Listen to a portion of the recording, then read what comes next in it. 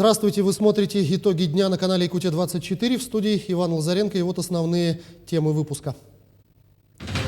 Заболеваемость COVID-19 снижается, однако ограничительные меры будут продлены на территории республики. Глава региона провел совещание с главами районов. Газификация, освещение улиц, отсыпка дорог, необходимость строительства социально значимых объектов. Исполняющий обязанности мэра столицы встретился с жителями пригородов. Правила безопасного поведения на льду в очередной раз продемонстрировали нерюнгринцам во время проходящей акции. Каким должен быть библиотекарь будущего? Эксперты обсудили этот вопрос на форсайт-сессии в Якутске. Кто и где должен убирать снег во дворах? Управление государственного строительного и жилищного надзора Якутии дало разъяснение. Как становятся артистами театра, как и где юные таланты оттачивают свое актерское мастерство.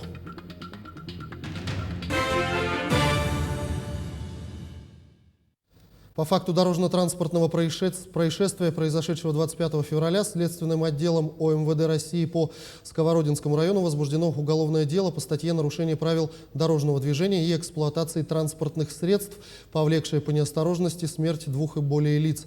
Отмечается, что один из погибших – житель поселка Серебряный Бор Нерюнгринского района. Личность двоих погибших пока устанавливается.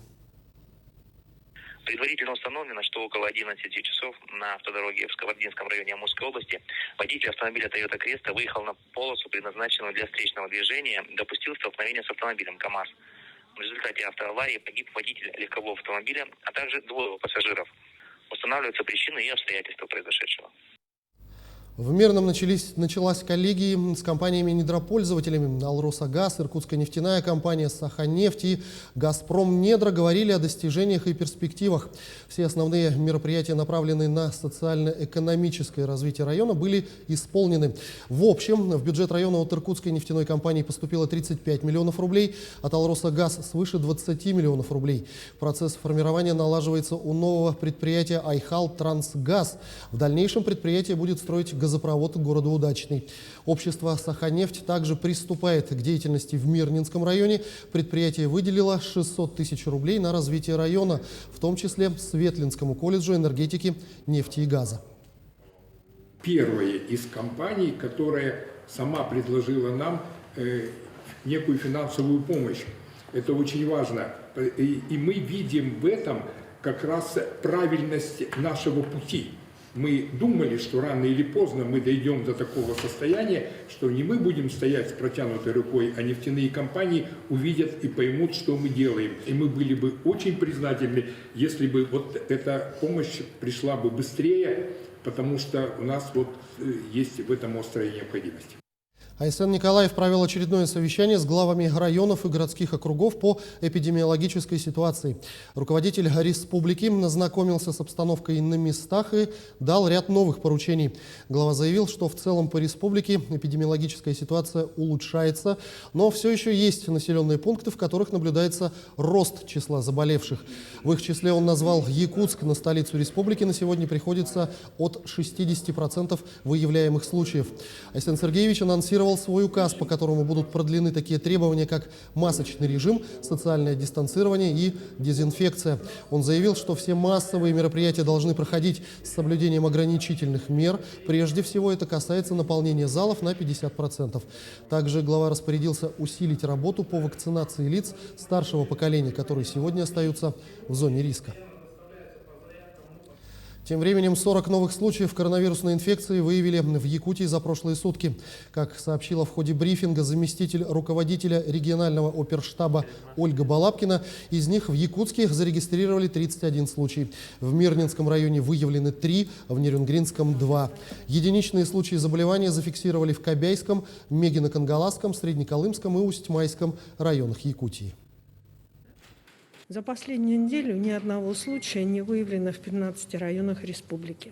Обращаем внимание на столицу республики, в котором непосредственно по сравнению с прошлой неделей характеризуется определенного рода повышением количество выявленных случаев. Это связано прежде всего с тем, что у нас достаточно большое количество сегодня снято ограничительных мер, которые связаны как с посещением детьми, так и взрослых различного рода мероприятий, и в том числе и учебных заведений. В связи с чем еще раз обращаю внимание на то, что ограничительные меры, установленные указом главы Республики Саха-Якутия, направленные на снижение, на нераспространение новой коронавирусной инфекции в республике, являются действующими. Проблемные вопросы микрорайона Марха сегодня обсуждены на встрече исполняющего обязанности главы городского округа город Якутск Евгения Григорьева. Встреча прошла в режиме живого диалога, на котором население озвучило проблемные вопросы, среди которых газификация микрорайонов Сатал и Северный, освещение улиц, отсыпка дорог, необходимость строительства социально значимых объектов, среди которых школы и досуговые центры. Вопрос коснулся и проведения оптоволокна в пригородах. В микрорайоне Марха сегодня проживает 25 тысяч человек. Это один из самых крупных пригородов столицы, населению которого до сих пор испытывает проблемы со скоростным интернетом. В данное время у меня, например, дома нет интернета. Будем ждать май месяц. У меня трое детей. 2 школьники, 1 младший. Ну вот во время дистанционки, допустим, как обучались, если у вас дома интернета нет? Ну, покупали интернет, сами и через телефон, через планшет уже заходили. Строительно-монтажные работы по прокладке волс в Мархе уже идут полным ходом. Подрядчик компания «Диапазон», с которым столичная администрация подписала договор, обещает до мая завершить здесь работы. Так что скоростной интернет ждут и жители близлежащих сотов. Есть учащиеся, которые у нас учатся в школе, дистанционно учатся, но у нас интернета нету. Все сидим на мобильных. И у нас есть и многодетные, инвалиды проживают. По поручению исполняющего обязанности главы столицы Евгения Григорьева разработана дорожная карта по развитию волоконной линии. Согласно документу, развивать территорию будут как в северном, так и в южном направлениях от Якутска. Дальше пойдем работать в Хатасы. Ну и в принципе должны дойти до Кангала, Сулагина, Кильдямцы, Хатасы, Табага, пригородные. Эти пригороды должны быть в ближайшее время подключены к интернету. С приходом ВОЛС скорость интернета увеличится с 5 мегабит в секунду до 100. Между тем, стоимость пользования новой линией не будет отличаться от столицы и зависеть только от выбранного тарифа. Только в Мархе и Сатале оптоволокно охватит 15 тысяч домов и социальных объектов. Это порядка 250 километров оптики. Ульяна Шагина, Георгий Григорьев, Якутск. Также исполняющий обязанности главы города Якутска Евгений Григорьев сегодня осмотрел приобретенную для города новую дорожную спецтехнику. При поддержке городских властей парк многопрофильного предприятия «Якутдорстрой» пополнился современными моделями асфальтоукладчика, фрезы для снятия верхнего слоя асфальта и дорожными катками. Новая техника будет эксплуатироваться как в текущем ремонте городских дорог, так и на объектах нацпроекта «Безопасные и качественные автомобильные дороги». «Якутдорстрой» будет оказывать услугу подрядчикам в рамках реализации этого нацпроекта, отметил Евгений Григорьев. Право на переселение из ветхого и аварийного жилья распространится на якутян, которые приобрели такое жилье до внесения изменений в жилищный кодекс 28 декабря 2019 года. Речь идет о поправках, которые утверждают, что граждане, ставшие владельцами аварийного жилья после признания его таковым, могут рассчитывать только на компенсацию в размере той стоимости, которую они оплатили. Ранее власти Якутии поднимали проблему, что многие семьи, не имея достаточных средств, были вынуждены покупать жилье в аварийных домах, а на компенсационные выплаты не смогут приобрести другое жилье. В Минстрое России было решено дополнительно пересмотреть внесенные ранее поправки. При поддержке инициативы, предложенной депутатом Госдумы Галиной Данчиковой, граждане получат право на переселение или компенсацию. Управление государственного строительного и жилищного надзора республики поясняет, что уборку снега и наледи на придомовой территории, которая входит в состав общего имущества многоквартирного дома, должна обеспечивать управляющая компания, ТСЖ, ЖСК или сами собственники, если в доме выбран непосредственный способ управления.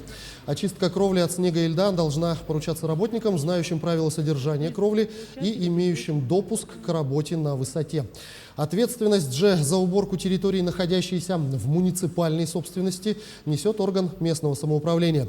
В случае несвоевременной уборки такой территории необходимо обращаться в местную администрацию. На территории Нерюнгринского района прошел 4-й этап акции «Безопасный лед». Целью акции является недопущение происшествий, связанных с провалом автомобильного транспорта и людей под лед, повышение эффективности проведения профилактической работы с населением по правилам безопасного поведения на водных объектах в зимний период. За текущий зимний период Нерюнгринский инспекторский участок Государственной инспекции по маломерным судам МЧС совместно с Нерюнгринским поисково-спасательным отрядом 3 раза реагировали на сигналы о происшествиях, связанных с блокировкой транспортных средств в Наледи. Спасатели оказывают практическую помощь, инспектора фиксируют факт происшествия, устанавливают обстоятельства, производят фото-видеофиксацию. Далее составляется акт для привлечения виновных к административной ответственности. Люди выезжают детей на бананах покатать, люди выезжают на рыбалку. Сезон сейчас начнется, я думаю, что у нас работы еще добавится, к сожалению. Много лет работаем, много лет объясняем, даем статьи. Люди практически не реагируют на это. Выезжают, на леди пошли, машины проваливаются. Естественно, люди мокнут, технику жалко оставлять, поэтому оказываем помощь, к сожалению, еще и по деблокированию. Хотя я сторонник, чтобы за это наказывали и пожестче. В ходе акции «Безопасный лед» проводятся межведомственные рейды с административной комиссией, охраной природы, Нерюнгринским поисково-спасательным отрядом. Проводится информационно-разъяснительная работа среди населения, а также занятия и инструктажи в образовательных учреждениях. Детям до детей доводится информация о том, что по правилам безопасного поведения на льду доводится такая информация, когда можно выходить на лед, когда нельзя выходить на лед, как определить толщину льда. Дается информация о методах спасения, о методах самоспасения. Конечно же, напоминаем о телефонах служб спасения. Напомним, что за выезд транспортного средства на лед в период ограничений грозит административная ответственность с наложением штрафа. Государственная инспекция по маломерным судам МЧС призывает граждан воздержаться от выезда на несанкционированные ледовые переправы. Существует вероятность провала техники в наледь. Ирина Кичигина, Вадим Барашков, Нерюнгри.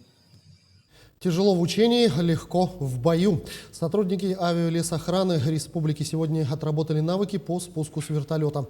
Первоначально все бойцы прошли медкомиссию, получили допуски, прошли теоретическую часть обучения, и теперь настало время практической. В современной России якутская база авиационной охраны лесов была создана еще в 2006 году по указу президента республики. Сегодняшняя авиационная охрана лесов в Якутии участвует в обеспечении мероприятий по предотвращению чрезвычайных ситуаций, связанных с лесными пожарами, и в проведении первоочередных авиационно-спасательных работ. Сезон пусков закончился, с 1 февраля уже все вышли, весь состав вышел на работу. Завтра будет у нас проходить тренировка с вертолетами 8 на специально отведенной площадке подготовленной. Будут проходить спуски, также будут назначены дежурные, ответственные. Будем также, как в условиях тушения пожаров, при тушении пожаров люди спускаются на спусковых устройствах, также они будут завтра спускаться. Библиотекарь будущего. Именно так называется двухдневная форсайт-сессия, проходящая на разных площадках по всей России. Сегодня началась в развивающем пространстве Якутска «Точки кипения». О том, каким должен быть библиотекарь будущего, далее в нашем материале. Скорость перемен в жизни человека и общества в целом, высокий темп развития технологий, глобальная цифровизация, широкое внедрение искусственного интеллекта во все сферы жизни задают динамику развития современного общества. На этом фоне все отчетливее становится заметным разрыв между уровнем компетенций современных специалистов библиотек и требованиями, диктуемыми сложившейся ситуацией. В будущем, в перспективе до 1935 года, планируется, что профессия библиотекаря объединит в себе многие сферы новых технологий. Я считаю, что библиотекарь будущего, мне кажется, это тот человек, который, в принципе, должен сохранить родовые функции, своей библиотекаря, но тем не менее коллаборировать с новыми технологиями. И вот все вместе с этим багажом он должен выйти на новый этап, новый уровень в своей работе и должен выработать в себе новые компетенции. Тогда у библиотекарей будет больше читателей, больше пользователей, и библиотеки всегда будут на слуху. Целью форсайт-сессии является не только выработка предложений по изменению профессиональных навыков, но и трансформация самой библиотеки, необходимой библиотекарю будущего для эффективной работы и привлечения молодежи. Благодаря дискуссии заинтересованные специалисты получают возможность в свободной форме лично высказать свое мнение по затронутым проблемам и совместно найти достойное решение. Программа у нас очень насыщенная, то есть мы сегодня будем не только работать над трендами, попытаться спрогнозировать ситуацию до 1935 года, но и будем слушать лекции экспертов и другие интересные моменты у нас в программе включены. И мы, конечно, понимаем роль и значение библиотек для общества, да? Но библиотеки тоже должны быть осовременены. Как посетитель и пользователь библиотек в разных городах, в том числе в Якутске, я понимаю, какими они могут быть, и мы будем помогать сообществу библиотекарей нашей республики в этом плане развиваться, улучшаться и приносить будущее через библиотеки, скажем так. На сегодняшний день по всей России для коллективной работы есть 111 таких пространств. В Якутске такая сеть появилась в сентябре 2018 года. Планируется, что в перспективе такие пространства появятся на базе сельских библиотек и учреждений культуры. Алексей Лукьяненко, Павел Пахомов, Якутск. Насладиться легким паром могут теперь жители Ленска. После 6-летнего простоя здесь открылась городская баня. Таких объектов в стране осталось мало. Ленчане на протяжении многих лет поднимали вопрос о реконструкции этого социально значимого учреждения. И вот администрация района взяла на себя обязательство произвести капитальный ремонт, который обошелся районной казне в 39 миллионов рублей. Городская баня оборудована в соответствии со всеми современными требованиями. В каждом мужском и женском помывочных цехах установлены индивидуальные душевые кабины, есть парилки и все необходимое для посетителей. Работаем с 26 декабря. За этот период времени у нас прошло 2086 человек, 60 из них инвалиды. А также хочу вам сказать, что очень хорошие отзывы. Люди очень рады, что открылась наконец-то муниципальная баня. Очень спросом пользуются бабушки, пенсионеры каждый день ходят. Вот обратите внимание, сколько время у нас уже присутствуют гости. Хочу сказать, что большое доброе дело сделала администрация Ленского района, открытие этого все-таки, я считаю, стратегического объекта. Люди очень соскучились по бане. Театр всегда занимал и занимает особое место в культурной жизни Якутии. Мы, как зрители, часто видим только готовый продукт актеров, комедийный спектакль или драматическую постановку. А вот как становятся артистами театра, как и где юные таланты оттачивают свое актерское мастерство. Наша коллега Айсена Бурнашова посетила Щепкинское театральное училище в Москве и все это узнала. Развитие пластики и внимание, координации движений и воображения. На курсе мастерство актера ребята учатся понимать друг друга буквально с полуслова. Здесь же развивают эмоциональную память и чувство ритма. Подошли, посмотрели, улыбнулись и тыльной стороной ноги поздоровались с одной и другой. 23 якутянина еще в 2019 году прошли серьезный отбор и поступили в именитое театральное училище имени Щепкина. Это уже 6-я по счету якутская студия. Каждое занятие по мастерству актера очень продуктивно проходит у нас. Мы делаем разные отрывки, показываем свои заявки, разные тренинги делаем. Это очень интересно, очень весело. Проходит у нас все. Мне очень все нравится.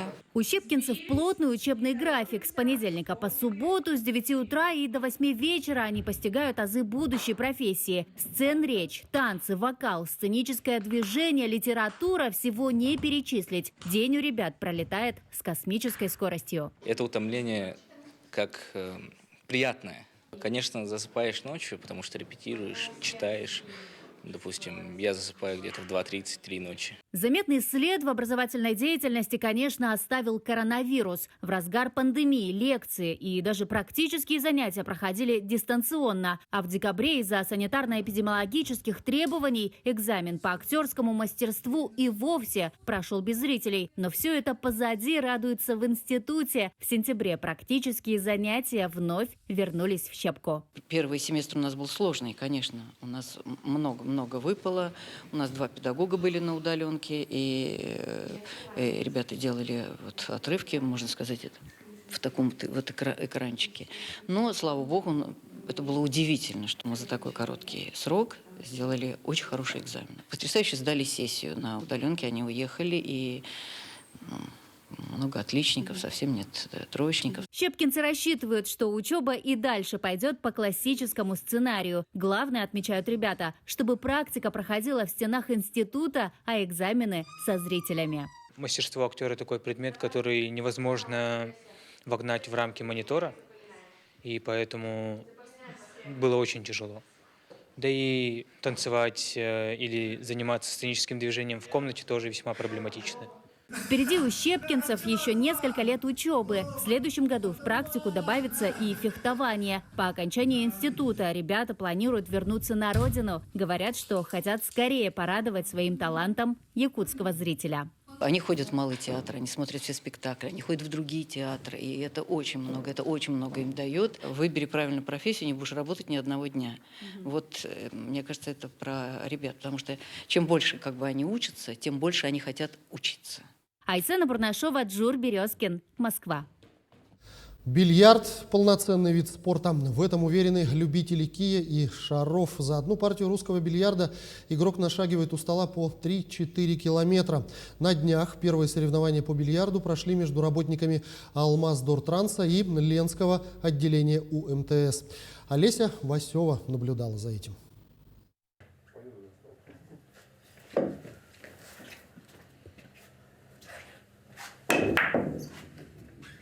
В рабочие будни водитель автобуса, в свободное время заядлый бильярдист. К этим соревнованиям Владислав Пожидаев собственноручно перетянул старый бильярдный стол новым сукном. Не пожалел времени. Сейчас сотрудники Алмаздортранса оттачивают мастерство в собственной бильярдной.